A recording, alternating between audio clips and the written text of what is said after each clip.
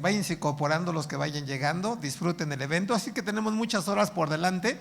Pero yo me estaba acordando el día de hoy de que dije, pues un diplomado de IVA está padre, ¿no? Pero en las horas que tengamos asignadas o los días que tengamos asignados para ver la ley del IVA no va a ser suficiente. ¿Por qué razón? Porque yo, por ejemplo, cuando di este tema en la especialidad de la gloriosa Izcatepepan, ¿de acuerdo? Me eché un semestre o dos y no terminé de ver IVA. Así es que haremos todo lo posible para que realmente seamos propositivos, aclaremos todas las dudas para los presentes y los que nos están viendo en línea. Y si necesitamos un contador, pues acá hay muchos, ¿no? En particular aquí está parte del grupo de los Avengers, ahí está Juan Carlos, ahí está Octavio, bienvenidos todos. Y bueno, pues vamos a arrancar, ya saben que la mecánica es sencilla. Simplemente disfrutar el evento, procurar que sus celulares estén en silencio para que realmente no nos distraigan. Las alarmas quítenlas y esperemos que sea para bien este evento para todos y cada uno de ustedes. Los que no tengan el gusto de conocernos, como Cadefi, como José Antonio, me llamo José Antonio González Castro, contador público, especialidad en impuestos, máster en Derecho Fiscal, etcétera, etcétera, etcétera, etcétera. ¿De acuerdo? Y pues bueno, pues ya amigos de Cadefi ya desde hace muchos años, hablando de años, y bueno, pues vamos a tocar el tema del impuesto al valor agregado, ¿de acuerdo? Entonces, pues vamos a arrancar para que realmente vayan viendo. Todo esto ya lo tienen en su material, que sin embargo vamos a ir actualizando este mismo material de acuerdo a lo que vaya saliendo, a las dudas que vayan haciendo. Y desde luego haremos casitos prácticos para que realmente pues se vayan con la idea de que sí aprendieron y aprendieron bien el IVA, ¿de acuerdo? Dando por hecho de que pues ya no está permitido, que nunca ha estado permitido, hacer operaciones simuladas, comprar facturas, etcétera, etcétera, etcétera, ¿de acuerdo? Eso ya lo damos por pasado. Pero bueno, ¿de qué vamos a platicar el día de hoy dentro de tantas cosas? Pues vamos a hablar desde luego la estructura de la ley del impuesto al valor agregado, ¿de acuerdo? Sin perder de vista que la ley del IVA es un impuesto federal, ¿de acuerdo? El segundo impuesto más importante a nivel federal, lo veremos de acuerdo a la ley de ingresos de la federación. Veremos cuál es la base del IVA, que aquí, por ejemplo, los que no están muy inmersos en ese impuesto al valor agregado, hay una frase muy célebre de que a muchos no nos gusta y dice, oye, ¿el IVA se causa impuesto sobre impuesto? La respuesta es sí. ¿Por qué razón? Porque, por ejemplo, cuando tenemos algunos ejemplos de mercancías de importación de bienes tangibles, pues pasa por la aduana, ¿de acuerdo? En la aduana, ¿qué pagamos? Pues el DTA, el impuesto general de importación, ¿de acuerdo? Y en algunos productos, hablando, por ejemplo, de la ley especial sobre producción de servicios, pues pagamos el IEPS, ¿de acuerdo? Entonces menciono esos tres ejemplos a título de ejemplo, valga la redundancia, porque esos conceptos también van a formar parte de la base del IVA. Entonces ahí donde cumple esa máxima que acabo de mencionar, impuesto sobre impuesto, sí, ¿de acuerdo? Entonces el IVA no puede ser base del mismo IVA, desde luego, ¿verdad? Pero esos conceptos así se consideran. Y desde luego, dependiendo cada uno de los supuestos que manejen ustedes, que bueno, ya lo sabemos, la regla general, enajenación de bienes, prestación de servicios, otorgamiento del uso, goce e importación, pues dependiendo del supuesto que manejen, pues desde luego la base se puede hacer mucho más amplia. A título de ejemplo, vean, muchos de los que estamos aquí presentes, pues a lo mejor en su momento hemos cobrado por honorarios, ¿de acuerdo? Honorarios personales, ¿de acuerdo? En honorarios profesionales independientes. Bueno, y derivado de esto, pues a lo mejor tenemos la suerte o la mala suerte, dependiendo cómo lo vean, de que no nos paguen en tiempo. Y si no nos pagan en tiempo, pues podemos hacer lo siguiente. Oye, te voy a cobrar un financiamiento, es decir, te voy a cobrar un interés. Oye, a lo mejor salgo de viaje, te voy a cobrar los viáticos, ¿verdad? Y así me puedo seguir. Entonces, esos conceptos, si los analizamos crudamente, también van a formar parte de la base del IVA. Y algo que a lo mejor no nos queda claro es cuando yo les digo, oye, te doy mi recibo y sumo 10,000 más 1,000 de intereses. Te doy mi recibo y sumo 2,000 pesos de viáticos. Y aquí la pregunta es, oye, esos 3,000 pesos que estoy adicionando, ¿también van a ser sujetos de la retención del IVA? Sí. ¿También van a ser sujetos de la retención de impuesto a la renta? Sí. ¿de acuerdo? Sin embargo, hay que ver cómo están haciendo sus contratos. ¿Queda claro?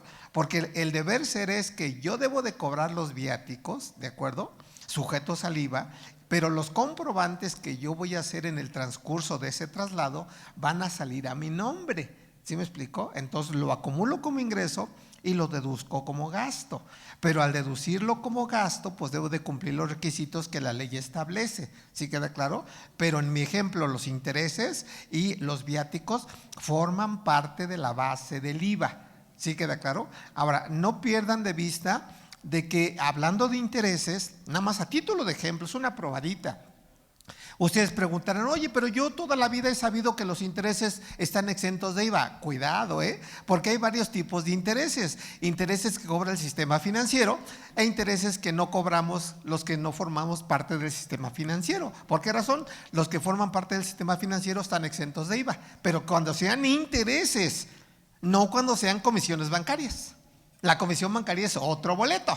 Que por cierto, la comisión para efectos de presentación de los estados financieros nunca formaba parte del RIF, ¿de acuerdo? Resultado integral de financiamiento, eso forma parte del gasto normalito, ¿sí queda claro? Entonces, ojo con esto, tengan mucho cuidado con la base del IVA, ¿sí me expliqué? Y fíjense, otro punto, hablando de este tipo de negocios, restaurantes, hoteles y demás, ¿qué es lo que cobran regularmente? Las propinas. Y las propinas tienen un tratamiento interesantísimo, porque la propina de entrada es un salario del trabajador, de entradita, de acuerdo a la ley federal del trabajo. Y al ser salario del trabajador, cuando se le pague la propina, pues se debe de timbrar la propina. Y al timbrar la propina, pues debo de retener impuesto a la renta de la propina. Y debo de retener seguro social de la propina. ¿Sí me explicó? Siempre y cuando esté documentada, vía contrato, vía voucher, etcétera, etcétera. ¿Sí queda claro? Entonces, ¿cuál es el mecanismo? Lo considera como ingreso el hotel, lo considera como ingreso el restaurante y lo saca vía gasto, vía timbre, sueldos y salarios. Ahora, ese ejemplo tan sencillo, ¿quién lo hace así? Nadie. Por eso hoy en la práctica tenemos muchas situaciones de revisión. ¿Queda claro? Entonces, cuidado con la base del IVA. Bueno, veremos la declaración mensual en materia del IVA, en donde todo tiene sus pros y sus contras. Porque la regla general es que el IVA, impuesto indirecto, el IVA se causa por mes, ¿queda claro? Sin embargo, alguien me puede decir, oye, no es cierto, porque yo hago pagos del RIF de manera bimestral, es correcto. Oye, yo hago pago de rentas de manera trimestral, es correcto. Entonces, son los casos particulares, pero la regla general es que el IVA se causa por mes, ¿sí queda claro? Bien, ok. Y obviamente hay un procedimiento interesantísimo, sale, que ya lo veremos. Veremos la parte, yo creo que la más importante, requisitos para acreditar el IVA. ¿Sí me explico? Ahora, dentro de esos requisitos, a ver si se ubican, para empezar un poquito fuerte, porque eso con mi secretaria, por ejemplo, que presenta mis declaraciones como persona física o como persona moral, nunca lo hace, y si lo hace mal. Vean, es que es cierto. Fíjense, ¿a qué se refiere la fracción cuarta del artículo 5 de la ley del IVA? ¿Alguien recuerda? Que el artículo 5, para que se vayan familiarizando, habla de todos los requisitos para que el IVA sea acreditable. ¿Sí me expliqué? Sin embargo, ¿de qué habla la fracción cuarta? A ver, ¿quién me ayuda? Pues quién sabe, ¿verdad? 5, fracción cuarta, vean, nada más para entrar en materia. Lean el primer párrafo, Juan Carlos, y vete a la fracción cuarta. ¿Sale? Si me ayudan con un micrófono aquí para que escuchen la voz sensual de Juan Carlos. Adelante, Charlie, buenos días. Maestro, bueno, dice, para que sea acreditable el impuesto al valor agregado, deberán reunirse los siguientes requisitos. Fracción cuarta. Sí. Tratándose del impuesto al valor agregado trasladado, que se hubiese retenido conforme a los artículos 1A y 18J, fracción segunda, inciso A de esta ley, dicha retención se entere en los términos y plazos establecidos en la misma. Sí. El impuesto retenido y enterado podrá ser acreditado en la declaración del pago mensual siguiente a la declaración en la que se haya efectuado el entero de la retención. Gracias. Que básicamente habla del tema del acreditamiento de las retenciones, ¿no? Así es. Bueno, eso que acaba de leer Juan Carlos, que muchas veces nunca entendemos nada, porque esa es la realidad, Cuando yo daba clase hace muchos años, y ahorita Enrique me hizo favor de recordarme, yo les decía, para aplicar la ley de manera estricta, hay que entender la ley, porque si no la entendemos van a hacer todo, ¿de acuerdo?, lo que se venga a su mente, pero no va a coincidir con el texto de la ley. Ahora, ¿por qué menciono esto? Porque lo que acaba de leer Juan Carlos simplemente es lo siguiente. Cuando ustedes como retenedores de IVA, es decir, son los clientes, ¿de acuerdo?, paguen el IVA, ¿de acuerdo?, porque me lo van a pagar a mí, ¿están de acuerdo? Ese IVA no se puede acreditar en su totalidad si hay retención. ¿Me explicó? Ahora, ¿cuál es la mecánica? La mecánica es el impuesto que me retienen en el mes 1, ¿de acuerdo? Hablando, por ejemplo, de honorarios para ubicarlo en un caso concreto, 2/3 partes, ese lo van a enterar el día 17 del mes 2, ¿sí me explico? Y hasta la misma cantidad que corresponde al IVA acreditable, esa cantidad en el mes 1 no se puede acreditar.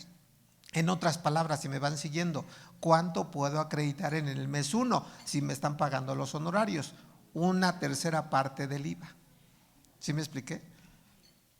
Y es lo que le decía, que mi secretaria nunca hace eso, porque dice, bueno, es que ya pagamos el IVA, pues acredítalo todo. No, espérame tantito, estás acreditando un IVA que no te corresponde. Entonces, ¿cuál es la mecánica? Retén y entera, y en el segundo mes acredita.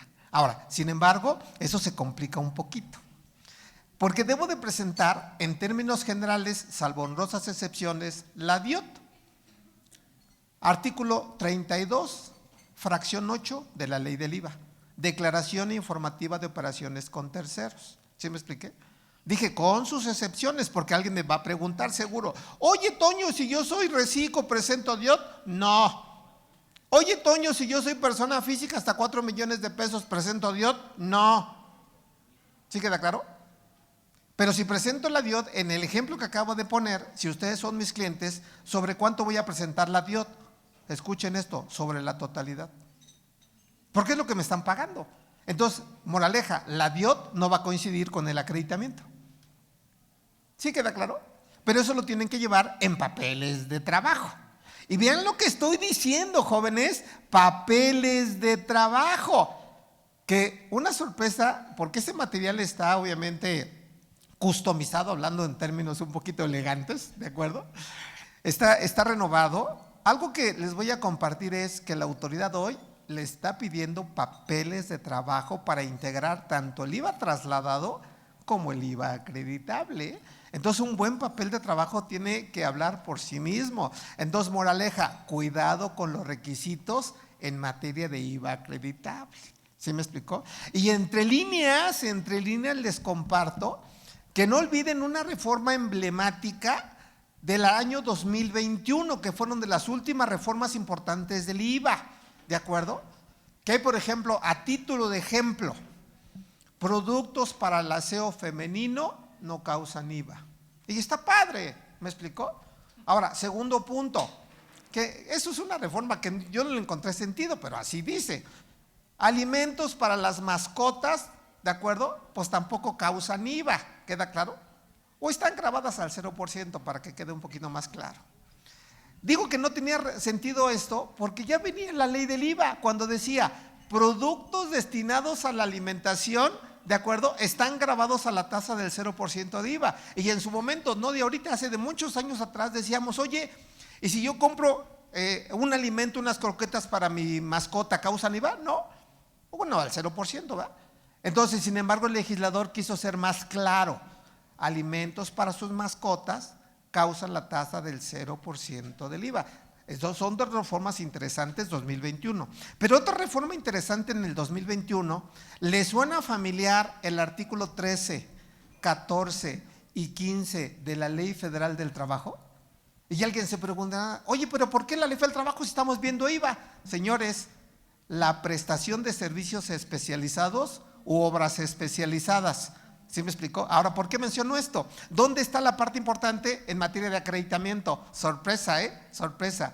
Si ustedes contratan servicios u obras especializadas, ¿de acuerdo?, y no reúnen los requisitos de la Ley Federal del Trabajo, sorpresa, el IVA no es acreditable. Ahora, hay un artículo interesantísimo en este comentario que acabo de hacer, que es el artículo 15, letra D del Código Fiscal de la Federación, hablando de obras o servicios especializados. Busca este articulito, amigo, por favor. 15, letra D del código. Mientras llegamos, salud con agüita. A ver, ¿qué dice Charlie? O Octavio, quien tenga el micrófono, la voz sensual de Octavio. Venga, Tavo. Dice, ¿no tendrán efectos fiscales de deducción o acreditamiento los pagos o contraprestaciones realizados por concepto de subcontratación de personal para desempeñar actividades relacionadas tanto con el objeto social como con la actividad económica preponderante del contribuyente? Hasta ahí dejamos, fíjense que hay un segundo párrafo que también es importante, pero ese párrafo, ¿qué me está diciendo? Vean, que esto se da mucho en la construcción, muchísimo en la construcción, ¿eh? ¿Por qué razón? Porque a lo mejor yo vendo lo que es la construcción, pero yo no construyo, yo subcontrato. ¿Me explicó? Que si el herrero, que si el plomero, que si el carpintero, que lo que quieran, ¿de acuerdo? Entonces se contratan a título de obras especializadas o servicios especializados, dependiendo cómo estén trabajando. Pero ¿cuál es el punto interesante? Que estamos hablando de IVA y estamos hablando del acreditamiento. Bueno, pues si ustedes no tienen la precaución, número 1, de hacerlo en contrato. Número 2, que el contrato tenga el número del registro ante la autoridad laboral. ¿De qué hablo? Del REPSE. Número 3, que en el mismo contrato ponga el número aproximado de trabajadores que van a prestar el servicio. ¿Sí me explicó? Y así me puedo seguir, ¿queda claro? Y número 4, que para que yo me pueda inscribir en el REPSE, vean, pone una condición importante y me dice, tienes que estar al corriente en materia fiscal y en materia de seguridad social, al corriente de tus obligaciones, ¿queda claro? Ahora, dicho esto en resumen, ¿qué me dice? Que si yo, por ejemplo, presto un servicio especializado, yo, José Antonio González, se lo presto a ustedes, servicio especializado, pero no cuidan el objeto social del contratante y del contratista, ahí hay un choque. ¿Por qué razón? Porque si yo estoy vendiendo un servicio especializado, ¿de acuerdo? Yo no le puedo facturar el mismo servicio a mi cliente, ¿queda claro? ¿Por qué razón? Porque ya dejaría de ser un servicio especializado. Entonces, en ese orden de ideas, en su momento aclaramos, para que no tengas ese conflicto de interés, pues depura, ¿de acuerdo?, tu objeto social, ¿queda claro? Para que realmente lo puedas deducir. ¿A qué voy con el comentario? Si ustedes venden o reciben servicios especializados y realmente no checan la parte del objeto social o de la actividad preponderante que tengan registrado ante la autoridad fiscal, llévense la idea. El gasto no es deducible y el IVA no es acreditable. ¿Sí me explico? Y luego si a eso le agregamos, que se complica, de que no es acreditable y se atreven a solicitarlo en devolución, cuidado, porque hoy sigue vigente el plan maestro del SAT. Entonces vean las situaciones peculiares que en materia de IVA se pueden dar. ¿De acuerdo? Estamos dando una embarradita de todo esto. Pero bueno, si tienen dudas, por favor y bienvenidas. Ven. Entonces nos quedamos en el punto 4, requisitos para el IVA acreditable, que hay muchísimos.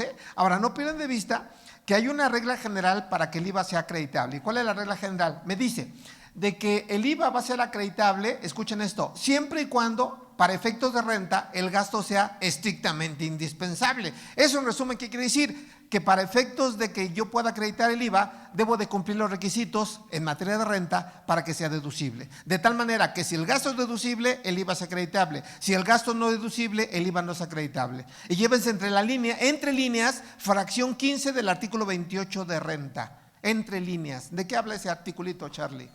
Fracción 15 del artículo 28 de renta. Siempre, aunque estemos hablando del IVA, siempre me voy a referir a la ley del impuesto sobre la renta. ¿De acuerdo? Escuchen lo que va a leer Juan Carlos.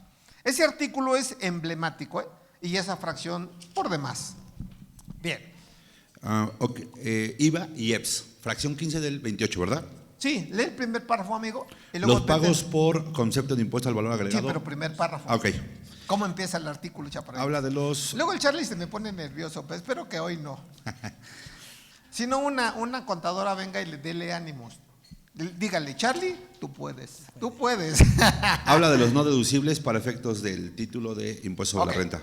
Partidas no deducibles. Así Sale. es. Fracción 15, ¿qué dice? Los pagos por concepto de impuesto al valor agregado o del impuesto especial sobre producción y servicios que el contribuyente hubiese efectuado y el que le hubieran trasladado, no se aplicará lo dispuesto de esta fracción cuando el contribuyente no tenga derecho a acreditar los mencionados impuestos que le hubieran sido trasladados o que hubiese pagado con motivo de la importación de bienes o servicios que correspondan a gastos o inversiones deducibles en términos de esta ley. Claro, gracias. Ahora, ese artículo es por demás importante. De entrada me está diciendo que el IVA y el IEPS no es deducible. De entradita. Dice, sin embargo, ¿de acuerdo? Como excepción, dice, sí se podrá hacer deducible siempre y cuando yo no tenga derecho al acreditamiento. Y esa es la pregunta que se tienen que hacer. Y les pongo dos ejemplos. Y el último ejemplo, o el primer ejemplo que voy a poner es precisamente en base a la declaración anual que acabamos de presentar de personas físicas. ¿Y por qué digo esto? Deducciones personales. Algunas deducciones personales causan IVA, ¿no es cierto? Los lentes tuyos causan IVA. ¿Me explicó? Si yo me quiero hacer una placa en mi boca, causa IVA. ¿Sí me explicó? Un estudios causan IVA, no la atención médica, que quede claro. Porque luego los pinches médicos son gandallas. Perdón por lo de médicos, pero es cierto. En serio es cierto. Pero bueno, ¿a qué voy con esto? El IVA de las deducciones personales, ¿de acuerdo? No se puede acreditar. Por lo tanto, ese IVA forma parte del mismo gasto.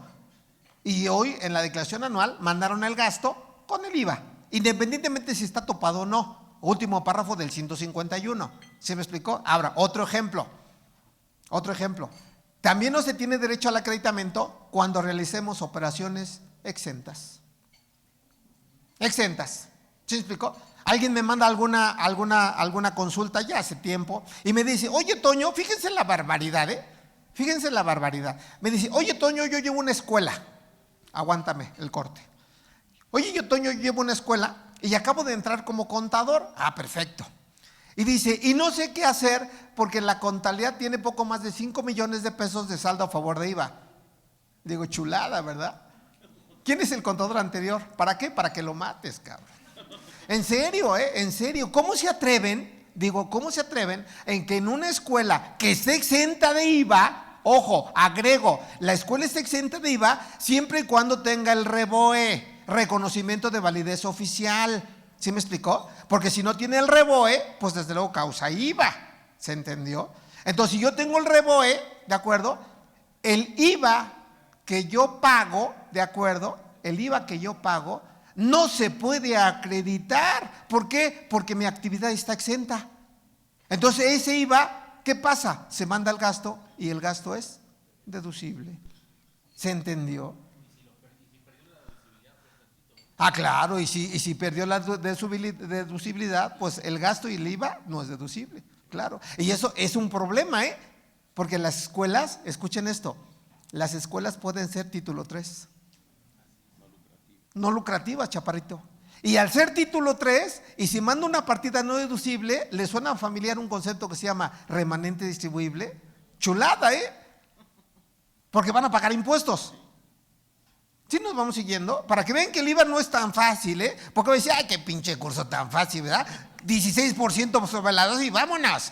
No, pues entonces vamos a desayunar todos tranquilos. Es que es cierto, el IVA se cuece con pincitas.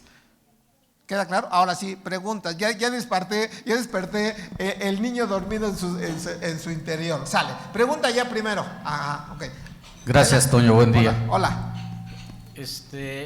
Lo que acabas de mencionar del artículo 28 de renta, aquí cabría la siguiente aseveración. En el caso de los doctores, sí, de los médicos que sí tienen título para ejercer su profesión, sí, es lo mismo el tratamiento de la inversión y el gasto. Por ejemplo, tienes una inversión o un gasto de 1,000 pesos más el IVA. Sí.